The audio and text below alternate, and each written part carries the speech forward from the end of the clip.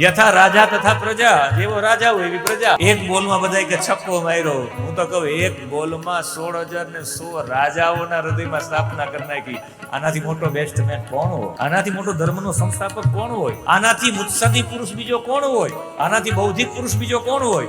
આનાથી ધર્મની ચિંતા કરનારો બીજો પુરુષ કોણ હોય? એટલે કેવું પડે કૃષ્ણમ વંદે જગતગુરુ.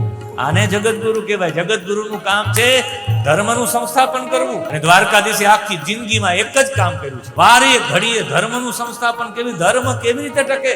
ધર્મ ટકાડવા માટે ભગવાને યુદ્ધના નિયમો પણ તોડી નાખ્યા, આડાવડું કરીને પણ કૌરવોને મરાવ્યા.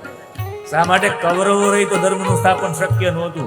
પાંડવો જેવા ગાદી ઉપર બેસે તો ધર્મનું સંસ્થાપન રહે. યુધિષ્ઠિર જેવો રાજા બેસવો જોઈએ.